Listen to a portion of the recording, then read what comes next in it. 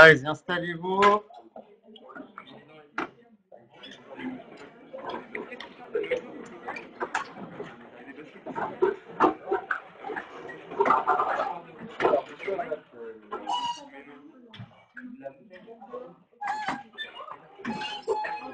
On doit avoir et là. Elle arrive. Jaya, Sarah, Arthur, Elina, Paul, Margot, Alena, Sergio,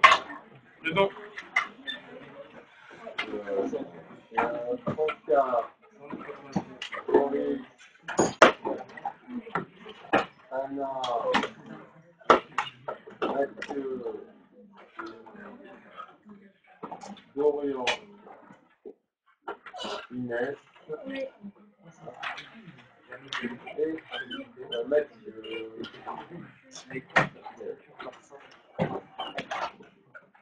Alors, on s'était arrêté. Donc, je corrige votre fil, je ne sais pas si vous l'avez vu. Vous pouvez le récupérer. Et on va donc aborder le dernier chapitre de la deuxième thématique, toujours de la mécanique, sur le mouvement et les interactions. On va tout mélanger en fait, ce qu'on a vu dans les premiers chapitres. Donc, je vous rappelle, le premier chapitre, c'était le chapitre 10. On avait vu comment décrire un mouvement. Le chapitre 11, on a étudié les forces. Et on a vu que les forces avaient une influence sur le mouvement. Et dans le chapitre 12, on va étudier un des principes fondamentaux de la mécanique qu'on appelle le principe d'inertie. Ça va mélanger le bilan des forces sur un système et on va pouvoir en conclure qu'est-ce qui va arriver sur ce système du point de vue de son mouvement. Pour point de vue du quiz, je trouve que vous avez pas mal réussi pour la plupart. Donc c'est bien, je suis assez content. Les oraux, ça se passe bien aussi, ils commencent à bien arriver à l'oral. Il y en a encore quelques-uns, vous avez du mal à faire de la rédaction. Mais dans l'ensemble, c'est bien. Alors, ce que l'on va faire, on va d'abord commencer directement par énoncer le principe d'inertie. Donc en grand 1, principe d'inertie qu'on appelle aussi la première loi de Newton.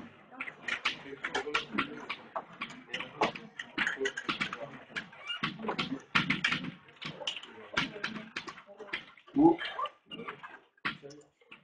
première loi de Newton.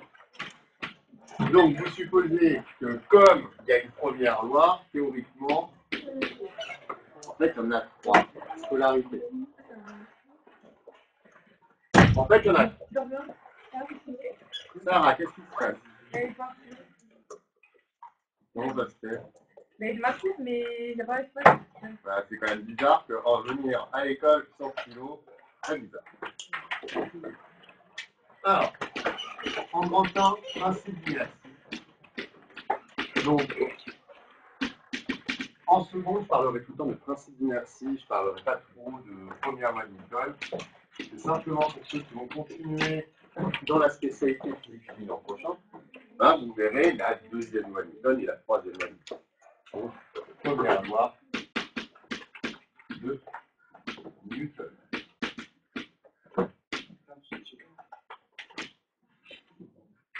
En ligne, est-ce que ça va? Vous voyez ça, c'est gros ou pas?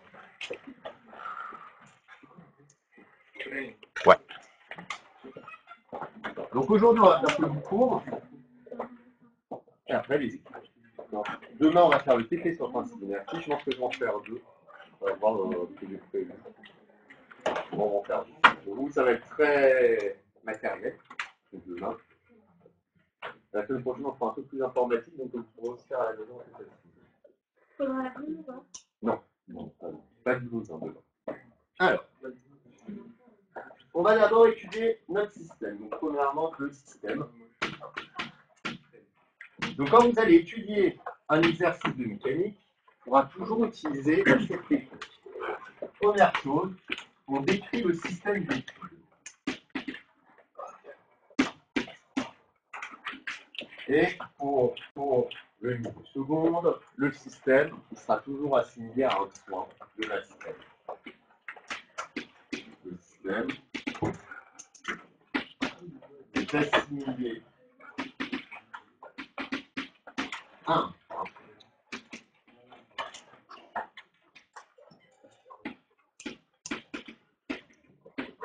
de masse. Ce sera toujours le cas. Si votre système n'est pas assimilé à un point, on passe dans un autre domaine de la mécanique, qu'on appelle la mécanique du solide. Et ça, on n'en fait pas avant le niveau supérieur. Au lycée, vous en faites jamais. Toute la mécanique qu'on vous allez faire au lycée, le système, ce sera un point. Ensuite, quand on a défini le système, donc après le premier chapitre de mécanique qu'on avait fait, qu'est-ce qu'il faut définir?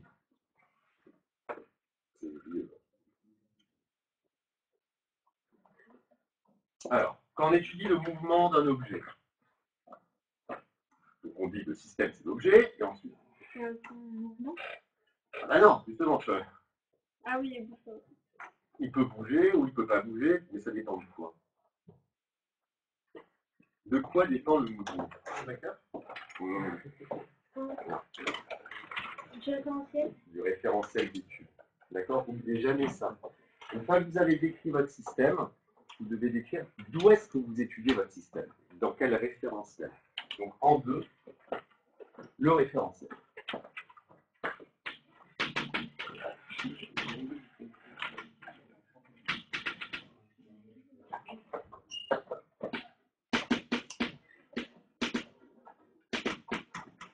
Alors, le référentiel, vous en connaissez combien de référentiels?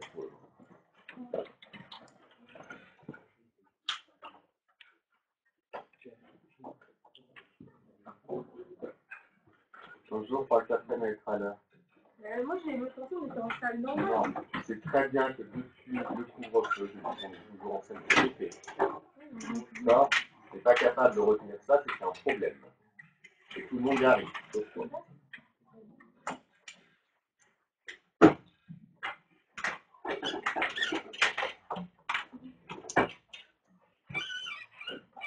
Moi, à chaque fois, 5 c'est perdu.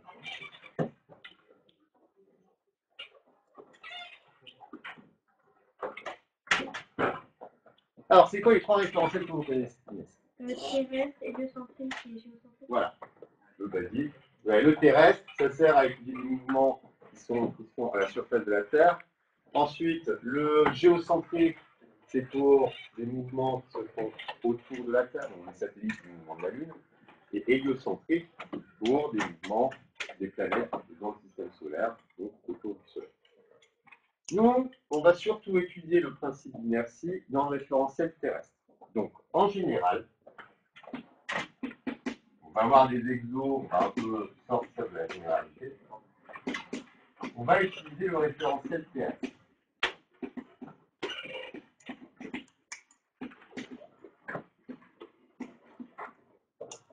Et à partir de maintenant, il faudra toujours rajouter quelque chose, un terme. Le référentiel terrestre, il sera supposé galiléen.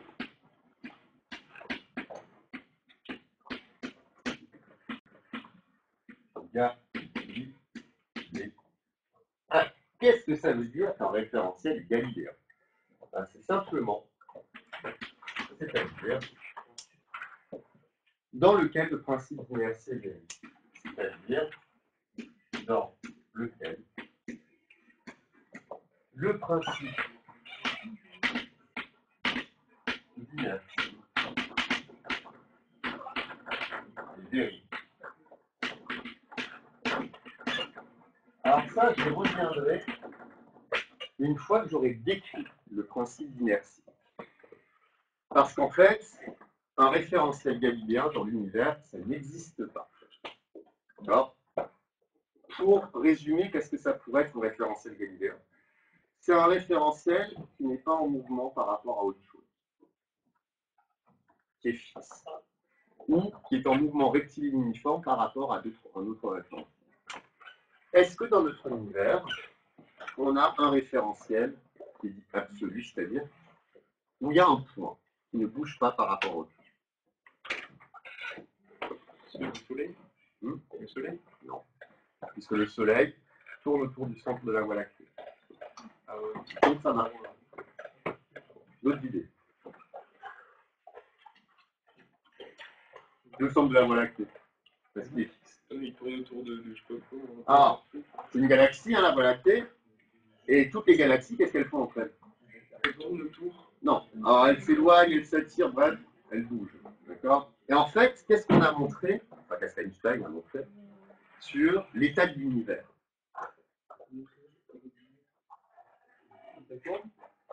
Alors, il est court, mais pas que. Non, je suis à chanter. C'est bon. Le computer en géodélique. Non, c'est trop compliqué. Il est en extension, non? Il est en expansion. Ça veut dire quoi? Que tout le temps, l'univers, il est en train de grandir. Donc, au final, rien n'est fixe à l'intérieur. Donc, c'est pour ça qu'un référentiel galiléen, ça n'existe pas. Donc, ce qu'on est en train de faire, c'est une approximation. Mais c'est une approximation qui marche très bien à notre échelle. Donc, on supposera toujours que les référentiels que vous allez utiliser seront des référentiels qui sont dits galiléens. Donc, quand on vous demandera de définir le référentiel, vous mettrez référentiel terrestre, géocentrique et géocentrique, supposé galiléen. D'accord? Ça, c'est une habitude. Alors, et maintenant, je vais pouvoir vous donner l'énoncé du principe inverse. Donc, en 3, énoncé. Alors, on va d'abord faire l'énoncé idéal. Et après, on va essayer de voir comment on va pouvoir le mathématiser.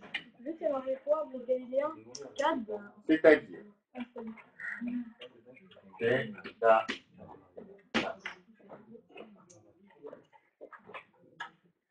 Alors, comment on va le faire? On va faire le lien entre les forces qui s'appliquent sur un système et le mouvement de ce système. Donc, on va écrire que si les forces qui s'exercent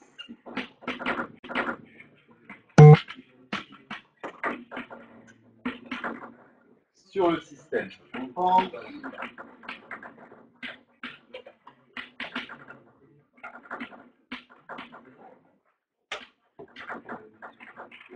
en fait, on a déjà inventé. Qu'est-ce qui se passe si les forces qui s'appliquent sur un système se confondent? On l'a déjà vu. Ça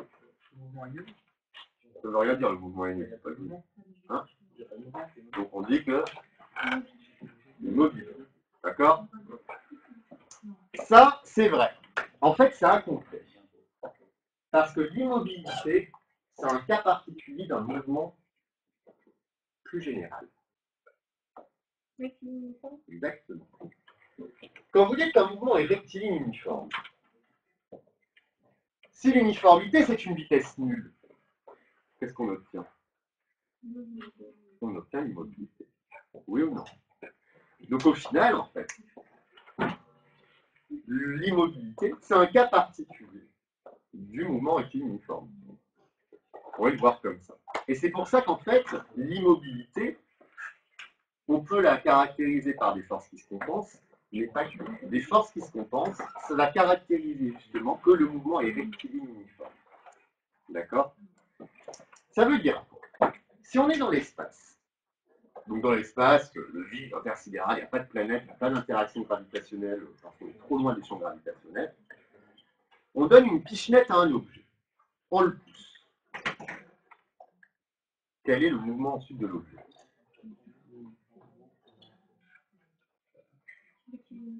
Il devient rectiligne uniforme. Pourquoi?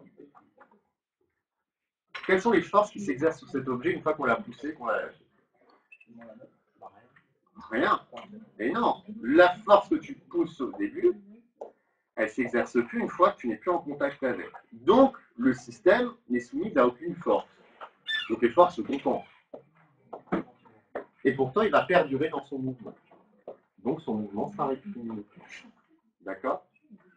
En fait, le véritable principe d'inertie, c'est que si les forces se compensent, le système perdure dans son mouvement. Perdure dans son mouvement, ça veut dire qu'il est en mouvement rectiligne uniforme. C'est comme ça que Newton l'a interprété. Nous, qu'est-ce qu'on va marquer? On va simplement dire, alors, ce système est donc, on va mettre les deux cas, comme ça vous serez sûr, parce que je sais que si je vous mets juste mouvement avec une uniforme, ça va vous perturber. Et soit mobile,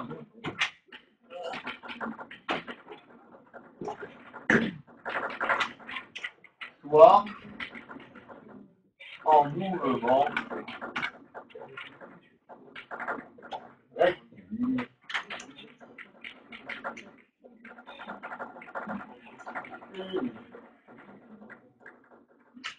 Voilà, ça c'est le principe d'inertie. Que se passe-t-il? Ça va? Donc voilà le principe d'inertie. Et maintenant, ce qu'on va essayer de faire, c'est de mathématiser ce principe d'inertie. Je suis sûr que vous savez. Parce que écrire du texte, c'est long. Nous, physiciens, on préfère résumer les choses. Et pour résumer les choses, on utilise des maths. D'accord? Comment est-ce que vous pourriez résumer cette phrase, donc cette implication, alors, mathématiquement? Comment est-ce qu'on écrit mathématiquement que des forces se confondent? Qu'est-ce que ça veut dire? Attention, mais si f, un vecteur Ouais. est égal à moins ce vecteur. Alors là, ça voudrait qu'il n'y ait que deux forces. Moi, je veux qu'il y ait plein de forces. La somme des forces est égale à 0. Au vecteur. Alors ça aussi, faites attention maintenant, surtout pour ceux qui vont continuer en maths, en physique l'an prochain. Donc des forces qui se compensent, c'est-à-dire que la somme des forces, comme ça la somme, de toutes les forces qui s'appliquent sur le système est égale. On ne dit pas 0. Parce que 0 c'est un nombre, on va parler de vecteur. Personnellement, ça ne me gêne pas si vous dites que la somme des forces est égale à 0. Mais les profs de maths, ils vont vous tuer. D'accord? Le 0, c'est un chiffre. Le vecteur nul, c'est un vecteur. C'est deux choses différentes. D'accord? Donc, si la somme des forces est égale au vecteur nul, alors, c'est soit immobile, soit un mouvement rectiligne. Donc ça équivaut à dire quoi? Comment est-ce qu'on écrit mathématiquement que le mouvement est rectiligne unique?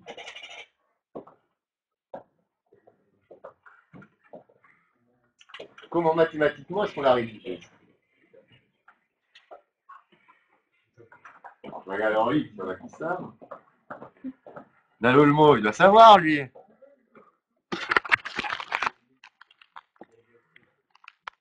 Il a écrit quoi dans lequel? Ah oui, il appelle. Dans lequel le. J'avais pas vu, il faut que j'enlève le truc du robinet. Ok. Alors, comment est-ce que vous caractérisez un mouvement rectiligne uniforme du point de vue mathématique? Bah oui, tout bête. L'uniformité. Qu'est-ce que ça veut dire qu'un mouvement est uniforme? Comment vous traduisez qu'un mouvement est uniforme? La vitesse est constante. Donc ça, vous n'écrivez pas pour le moment. Un mouvement uniforme, vous dites que V est une constante. Vous êtes d'accord ou pas? J'ai pas mis de flèche. Pourquoi? C'est seulement la valeur de la vitesse qui est constante. Si on prend un mouvement circulaire uniforme, on a bien une vitesse constante, mais le vecteur vitesse, il bouge à chaque fois. Comment vous caractérisez le fait que le mouvement est rectiligne sur le vecteur vitesse? Quelles sont les caractéristiques d'un vecteur? Qu'est-ce qui caractérise un vecteur? Direction, sens, norme. Un mouvement est uniforme si la norme du vecteur vitesse est constante. Vous êtes d'accord? Un mouvement va être rectiligne. C'est quoi? C'est quelle caractéristique? Si le vecteur vitesse est une droite. Ah, un vecteur c'est toujours une droite. Donc ça va pas. Voilà. Mais qu'est-ce qui est constant? La direction. Ah voilà, d'accord, un mouvement est rectiligne si la direction de B est constante. Et même pas la direction, hein. Ça aurait être le sens. Ouais.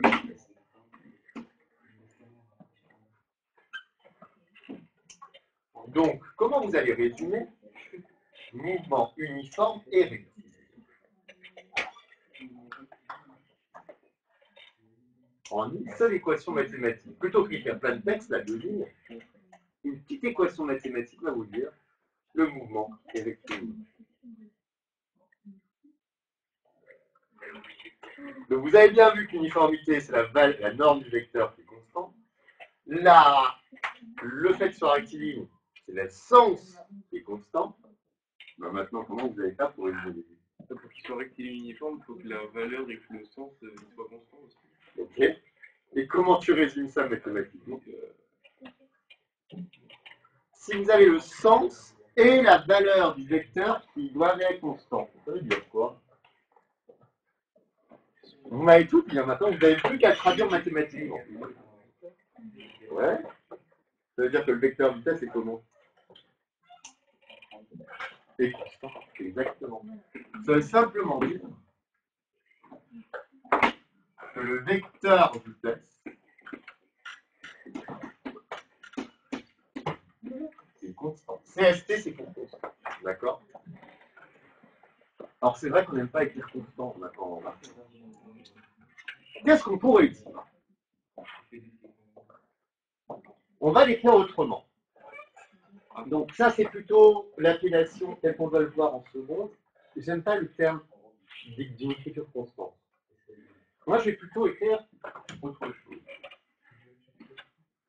Si le vecteur vitesse est constant, le vecteur variation de vitesse, il est comment?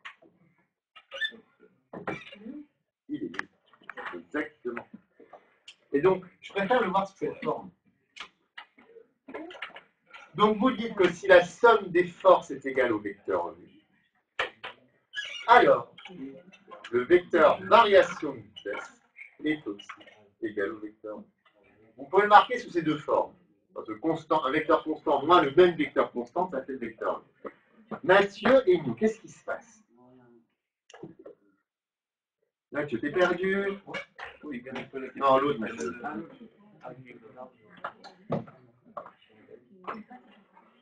Donc ça, c'est ce qu'on appelle le principe d'inertie. Sûrement le principe le plus important que l'on va voir en classe de seconde. D'accord? C'est comme ça que je veux vous le retenir. Alors, juste pour rappel, delta V, ce serait le vecteur vitesse finale moins le vecteur vitesse initiale. Si le vecteur vitesse initiale et le vecteur vitesse finale sont identiques, bah forcément, on obtient le vecteur. Oui, merci. Voilà pour ce principe d'inertie. Donc, est-ce que vous avez compris la ligne directrice? Si les forces se confondent, le mouvement est rectiligne ou alors le système est immobile. En fait, on va dire que le système est à l'équilibre. Un système à l'équilibre, c'est soit qu'il est mobile, soit qu'il y a un mouvement équilibré. Et ça, c'est la base de toute la mécanique. Et avant d'arriver à ça, il faut que vous compreniez comment on décrit un mouvement et comment on décrit les forces qui s'appliquent sur un système. Et maintenant, on va tout mélanger. La suite, si vous continuez en physique-chimie l'an prochain, vous allez encore faire de la mécanique. Vous allez encore rajouter, vous n'allez pas aller beaucoup plus loin. D'accord? Vous allez simplement plus étudier la construction du vecteur delta V. On a déjà fait dans le premier chapitre, mais vous allez encore l'intensifier, vous allez refaire les mêmes techniques. Et en terminale, Et ben vous verrez le cas où si la somme des forces n'est pas égale au vecteur. Là, vous allez faire des gros calculs. C'est quoi? Des gros calculs. Avec des projections de vecteurs et tout, des équations différentielles à résoudre, c'est super rigolo. Wow. J'ai l'air trop bien dessus. Mais c'est sûr que si vous ne comprenez pas la base, Ouais, c'est ça. bah, la suite, vous y arriverez. C'est pour ça qu'on prend le temps. Alors, on va pouvoir regarder maintenant, une fois qu'on a vu le principe d'inertie, là on va voir sa contraposée. Est-ce qu'on vous a déjà parlé de contraposée en maths? Oui, théorème de... Ah, qu'est-ce que c'est qu'une contraposée? Par exemple, je prends le théorème de Pythagore. C'est quoi le théorème de Pythagore? Ah, attends, mais monsieur Laquer, on va voir. C'est hypoténuse au carré, c'est égal à la somme des carrés des deux autres côtés. Ouais. Alors, ça marche tout le temps, ça. Oui, tout le temps. Dans un triangle rectangle. Mais ouais, il faut que le triangle il soit rectangle. Oui, bah oui, mais on sait qu'il y a... Non, bah non, tu sais pas s'il est rectangle, je suis désolé. Dans un triangle. Alors, si le carré de l'hypoténuse est égal à la somme des carrés des deux autres côtés, alors le triangle est rectangle. Oui, oui. Si, le triangle. Donc on peut faire le côté, la réciproque, on appelle ça. Si le triangle est rectangle, alors le carré de l'hypoténuse est égal à la somme des carrés des deux autres côtés. Oui ou non? Bah là, on a un peu le même style, quoi. Si les forces se compensent, alors le mouvement est uniforme. Si le mouvement est uniforme, alors les forces se compensent. Non, dans les deux. Ça, c'est ce qu'on appelle la réciprocité d'un théorème. Comment vous allez expliquer la contraposée du théorème de Pythagore, par exemple? Alors, quelle est la contraposée du théorème de Pythagore?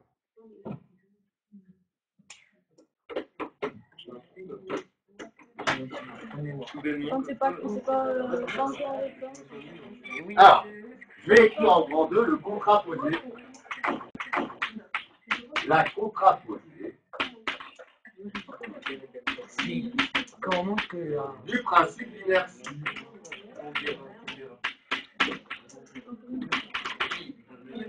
En fait, alors les matheux, ils aiment bien utiliser des gros termes, etc.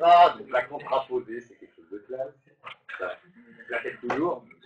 En fait, c'est tout ça. Si A, alors B. D'accord. La réciproque, c'est si B, alors A. Oui ou non? La contraposée. Non, pas de C. Si on n'a pas A, alors bah, on n'a pas B. Et si on n'a pas B, bah, alors on n'a pas A. C'est ça une contraposée au final. Bah, du coup, c'est si le système est immobile ou en mouvement uniforme, alors les forces sont uniformes. Ah bah non, là tu m'as fait la réciproque. Si le système n'est pas en mouvement uniforme, Trop joué. Exactement. Il a trop joué. Si le système est ni immobile ni en mouvement rectiligne uniforme, qu'est-ce que vous pouvez en déduire? les forces ne sont pas ensemble. Les forces ne se compensent pas. Oui ou non? C'est-à-dire, si le vecteur vitesse n'est pas une constante, alors les forces ne se compensent pas. Oui ou non? C'est logique. J'essaie de développer votre logique mathématique que vous n'avez pas pour le moment. On essaie. Donc, de contraposer du principe d'inertie.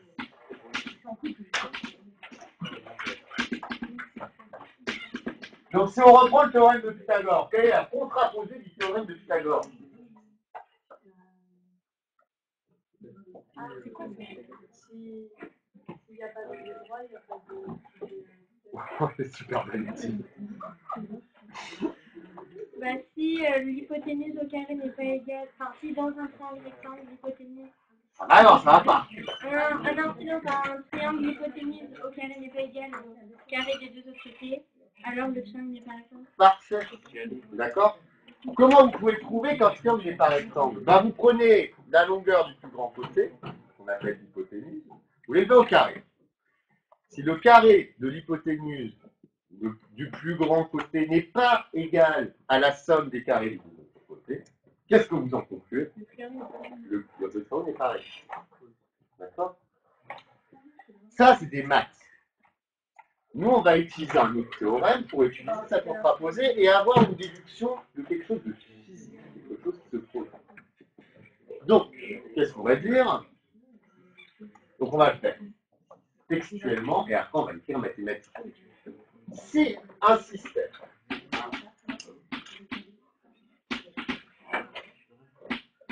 n'est ni mobile,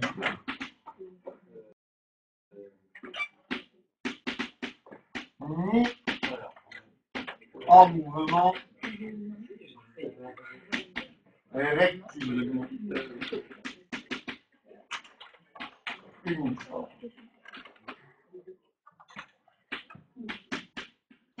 Alors, qu'est-ce que vous en déduisez? Donc, si le système n'est ni mobile, ni en mouvement rectiligne uniforme, alors comment je vais le noter? Les forces qui s'exercent. Alors, les forces qui s'exercent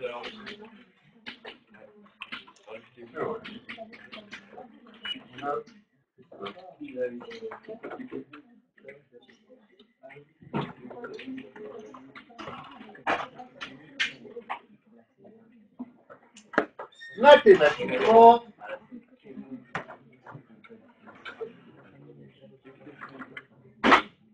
comment on écrit ça? Comment on écrit ça? Variation de vecteur vitesse n'est pas égale à vecteur nul. Flèche, somme des forces n'est pas égale à vecteur nul.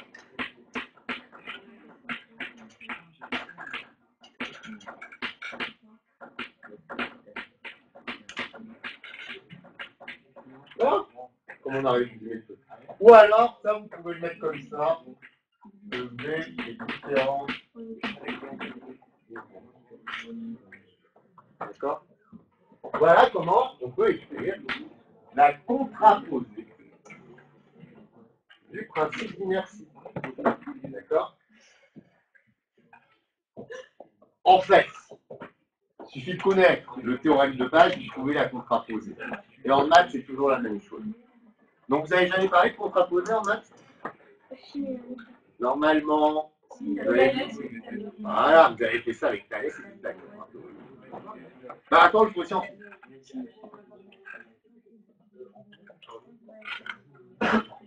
alors, on va pouvoir appliquer ça. Donc, en 3, application à des chutes verticales. On va arrêter très simple au niveau de seconde.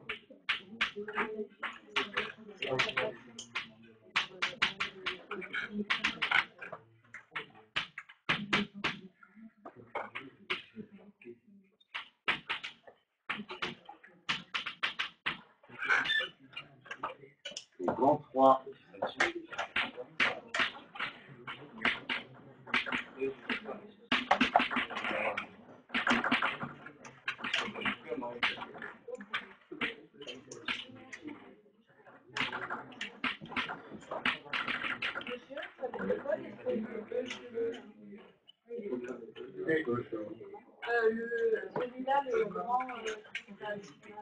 ça, c'est la somme.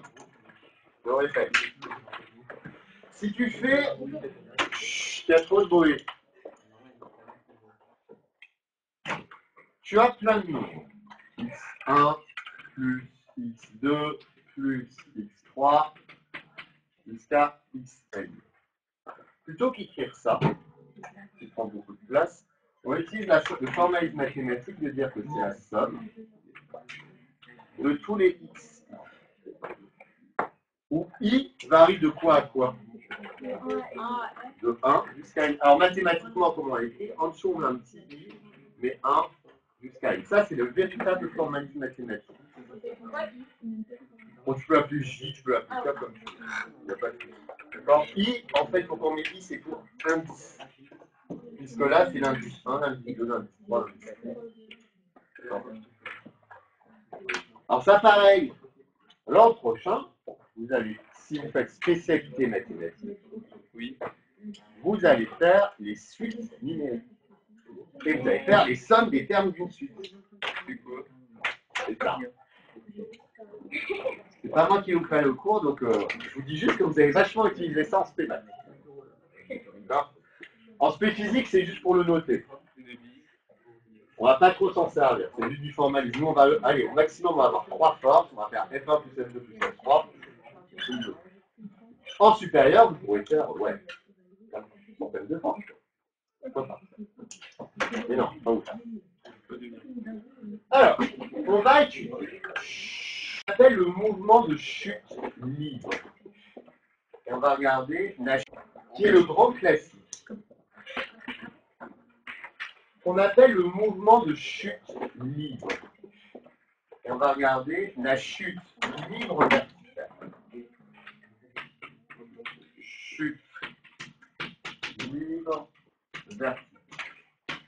Et j'insiste sur le terme libre.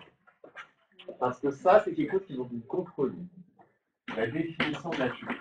Donc, chute libre verticale.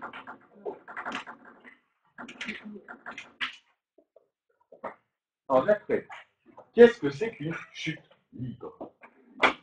C'est quand on tombe et qu'il n'y a pas d'air autour de nous. Alors, c'est pas mal, ouais. C'est quand on tombe et qu'il n'y a pas d'air autour de nous. Voilà, ça me va. moi je suis pas d'accord. Pourtant, la raison. Toi, t'es pas d'accord pour quoi, toi? Parce qu'en fait, quand on est devant, on dit, enfin, je sais pas, on dit, par exemple, c'est un avion, il est en chute libre, mais pourtant, il y a de l'air autour de lui. Je suis d'accord. Tu as raison aussi, hein, mais tous les deux, vous avez raison. Tout dépend des approximations que vous allez faire. Je vous rappelle que faire de la physique et de la chimie, c'est essayer de décrire ce que l'on voit, d'accord, décrire le réel, avec le maximum de précision. Cependant, on est obligé, au départ, de faire des approximations. Ça nous crée un modèle qui va être valable dans un certain domaine. Et donc, on va affiner ensuite ce modèle. On va le rendre plus précis. Mais encore, on devra faire des approximations. Et quoi qu'il arrive, quand vous allez décrire la réalité des choses, vous êtes obligé de faire des approximations quelque part. Donc, le mouvement le plus simple que l'on va pouvoir étudier, c'est le mouvement de chute libre. Et par exemple, je vais vous dire que la Lune est en mouvement de chute libre. Et nous tombe dessus. Ouais. La Lune nous tombe constamment dessus. Et avec la force de moi, et Ouais, avec la force centrifuge. Ah, il y a un truc de ceci. Mais il est vrai que la Lune est en mouvement de chute libre, si on réfléchit. Ce stylo, en première approximation, quand je lâche, il est en mouvement de chute libre verticale, plus précisément. Maintenant, je prends un tube, une éprouvette graduée, et je remplis l'éprouvette graduée d'huile, de glycérine, c'est très visqueux. Je lâche une bille. Est-ce que j'ai un mouvement de chute libre? Non. Pourquoi? Parce qu'elle atterrit dans un. Elle est traînée par. On va avoir une chute. Pourtant, ça tombe, hein? Oui. Dans un mouvement de chute. Là, à l'air, il y a des fragments. Alors, dans l'huile, justement, on dit qu'il n'y a pas d'air. À l'huile. Mais c'est vrai que la bille va dans l'huile, et elle frotte, l'huile frotte dessus. Alors ça, c'est une question. Je ne comprends pas comment ça, il n'y a pas d'air autour. Enfin, dans le stylo, il y a de l'air. Exactement. C'est vrai que là, théoriquement, l'air frotte aussi sur le stylo. Cependant,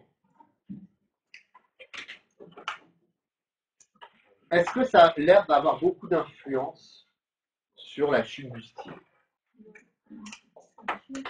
Pas énorme. Par contre, si je prends une feuille de papier, bah oui. est-ce que là, les frottements d'air ont une influence? Oui. Oui. Donc, Et moi, on va dire, je prends la feuille de papier et le stylo. On voit bien que les deux mouvements sont différents. Donc c'est le fond. et si, Il y a un truc de ce type. et si on change de côté la feuille, on la fait tomber comme ça, là, ça a tombé vite. Voilà. C'est sûr. Donc c'est vrai que ça va dépendre de quoi? Il faut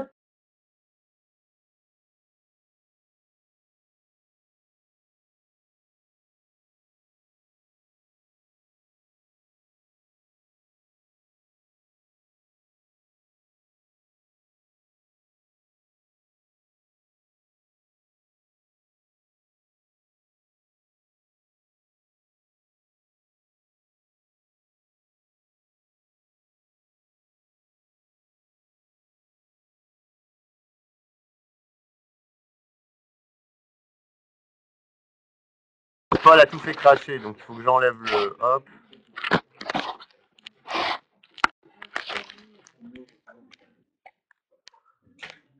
Mais si, c'est ta faute, Paul. Donc, chute libre verticale, Alexandre. Comme avec lui là-bas.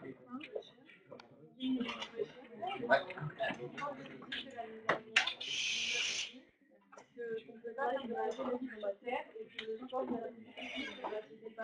Exactement. Non, mais il a raison. Il y a trop de bruit. Exact. Alors, on va faire une expérience de pensée. Maintenant, pourquoi est-ce que le stylo et la feuille n'ont pas le même mouvement de chute? Parce qu'il y a un objet qui est plus lourd que l'autre.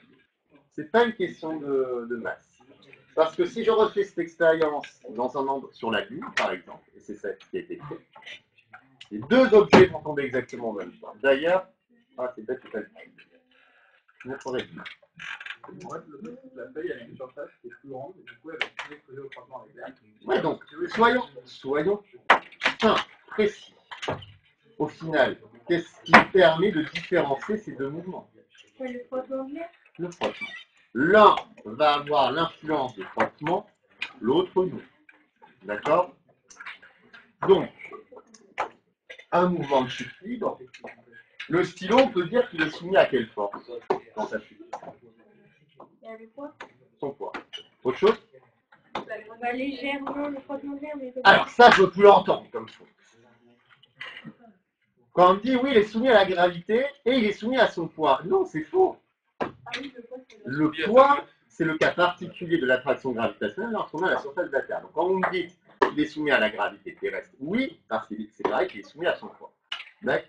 Donc ne faites plus la même erreur. La différence, c'est que le stylo, là, il est soumis uniquement à son poids. La feuille, elle est soumise au poids et au frottement. Moi, ce que je vous dis, c'est que le stylo est en mouvement de chute libre. Pas la feuille. Donc, qu'est-ce que vous en concluez? C'est quoi un mouvement de chute libre? C'est quand le frottement d'air est tellement petit Non. qu'on peut pas... Pas exactement.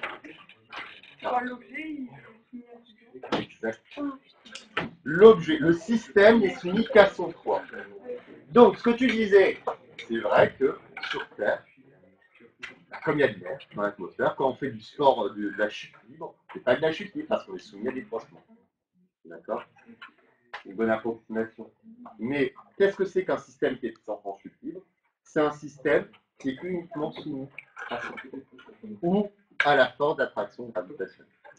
Nous, on va considérer le poids. Donc, c'est ce qu'on va écrire. On parle de chute libre. On parle de chute libre.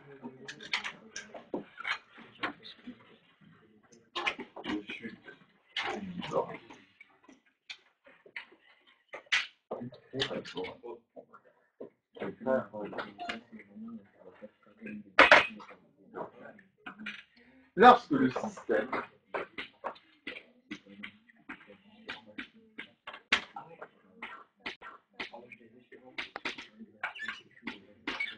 est uniquement soumis à son poids.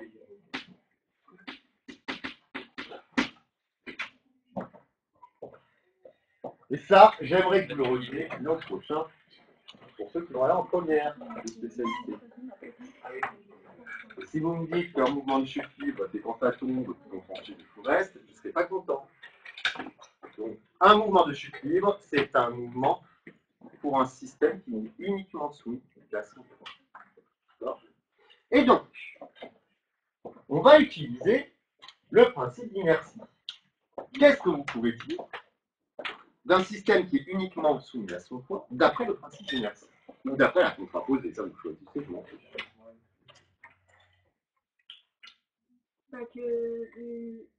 La force, enfin, le poids à laquelle il est soumis est égal à nul.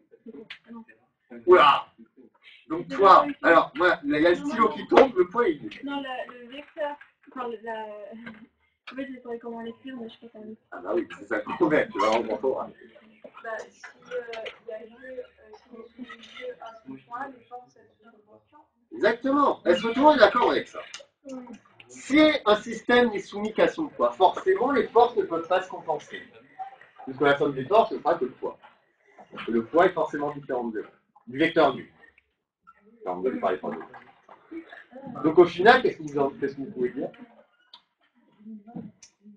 Si les forces ne se compensent pas. J'ai pas soumis au principe de nature. Qu'est-ce que vous en concluez sur son mouvement? Il n'est pas rectiligne. Le mouvement n'est pas rectiligne uniforme. Ça, c'est tout ce que vous pouvez dire. D'accord? Donc ça, c'est le cadre général qu'on essaie de vous faire comprendre en seconde. L'utilisation même du principe d'inertie pour une chute libre. Bien entendu, ça va bien au-delà. Il y a beaucoup d'autres mouvements qu'on peut faire. Mais pour commencer, c'est pas mal. C'est vraiment une bonne approche. Et c'est ce qu'on va utiliser demain. Faire le principe. Sauf que là, on sera en mouvement rectiligne uniforme. On va vérifier le principe d'inertie. Alors, j'en ai fait une. Ainsi.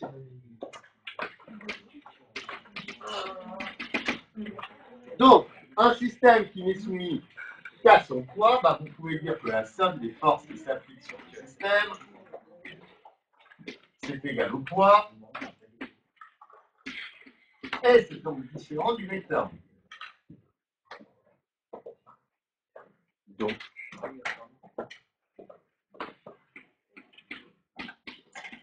le mouvement n'est pas rectiligne uniforme. Alors, en effet, comment est-ce que vous pouvez caractériser le mouvement d'une chute? Le stylo qui tombe, comment vous caractérisez le mouvement? Rectiligne et Accéléré. d'accord? Donc voilà un exemple d'application de la contraposée du principe d'inertie. En effet,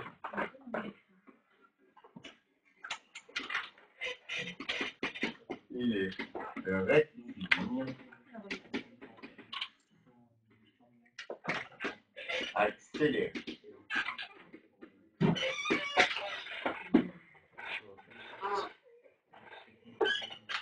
Bon, ça, c'est le mouvement de chute.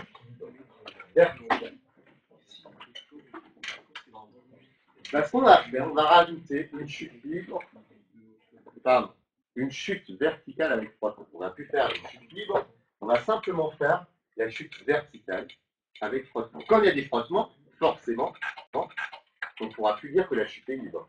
Pourquoi? Voilà, il y aura une autre force. Puisque la chute libre est caractérisée par le fait que le système est soumis qu'à son poids. S'il y a des frottements, ben la chute n'est plus libre. Est-ce que c'est clair pour tout le monde?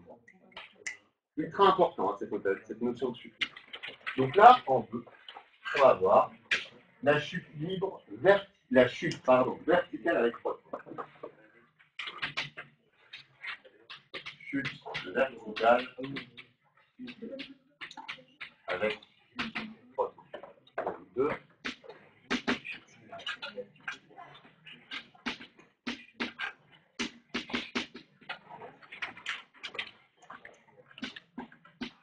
En fait, c'était le dernier exercice de votre quiz. Là. Ouais. Ah oui. C'est exactement ce que je vous avais demandé dans la dernière question du quiz. D'expliquer ce qui se passait. Et c'est vrai, qu'est-ce qu'il fallait répondre à ce quiz? Bah, en fait, on a un objet qui tourne. Alors, au début, il n'a pas de vitesse. Il prend de la vitesse, et plus un objet va vite, plus les frottements qui agissent sur cet objet sont comment? Sont élevés. Donc on voit bien qu'au fur et à mesure que l'objet descend, il gagne de la vitesse, son poids reste le même, mais les frottements qui agissent sur lui augmentent. Donc au fur et à mesure, là vous ne dessinez pas, vous avez au départ un poids qui est comme ça, des petits frottements qui vont vers le haut, il descend encore. Un instant plus tard, il est plus bas. On a toujours le même poids, mais on a des frottements qui augmentent. Jusqu'à quel moment? Qu'est-ce qui va se passer au bout d'un moment? Le poids et les frottements vont se comporter. Il va atteindre une vitesse qui fait que les frottements vont exactement compenser le poids. Si le poids est compensé par les frottements, qu'est-ce qu'on vérifie?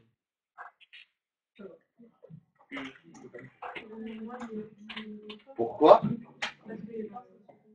Comme les forces se compensent, d'après le principe d'inertie, au bout d'un moment, le mouvement devient rectiligne. Ou alors on va l'inverse. On va observer demain un mouvement rectiligne-uniforme, donc les forces se compensent. Donc le poids et les frottements se compensent. En fait, nous, on va avoir autre chose. On va avoir le poids qui va être compensé par la force de frottement et la poussée d'archive. Ça va être un petit peu plus gros.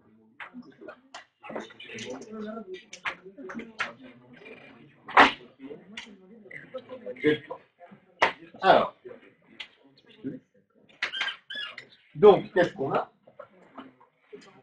On va juste écrire la somme des forces va être égale à P. D'accord? F augmente avec la vitesse. À un moment.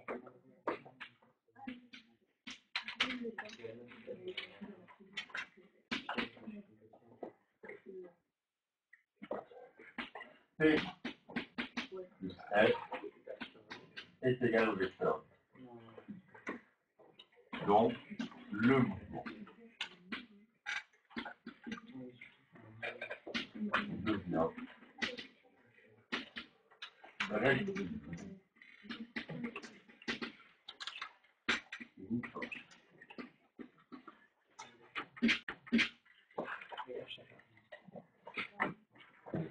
Voilà pour le principe d'inertie. Voilà tout le cours. Le chapitre est terminé. C'est pas un chapitre très long. Pourtant, c'est un des chapitres qui va vous poser le plus de problèmes. Je le sais, hein, c'est le problème, c'est le chapitre que vous avez plus de mal à assimiler.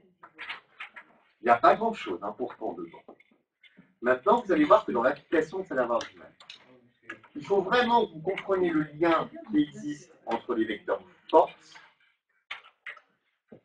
qui s'appliquent sur le système, et le mouvement qui va en découler.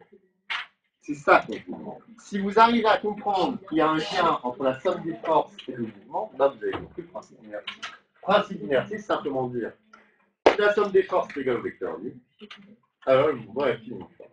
Ça aussi, dans votre oral, vous allez souvent me dire que les forces se compensent. Les flèches qui s'ajoutent reviennent au même point de départ. Non, c'est pas mathématique, c'est pas assez scientifique. Donc vous aurez une petite remarque. On ne dit pas les flèches, on parle de vecteur force. D'accord? Mais bon, c'était quoi? Alors, le TP qu'on va faire demain. Trop de bruit. On va faire le TP de la page 236, vous notez.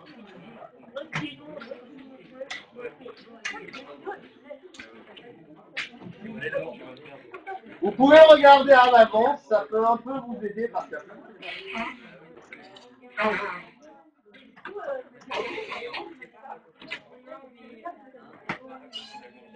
À demain.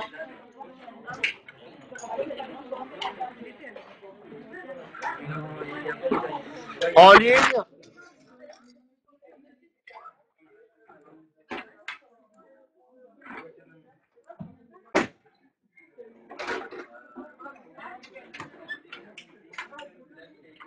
Rectiligne uniforme.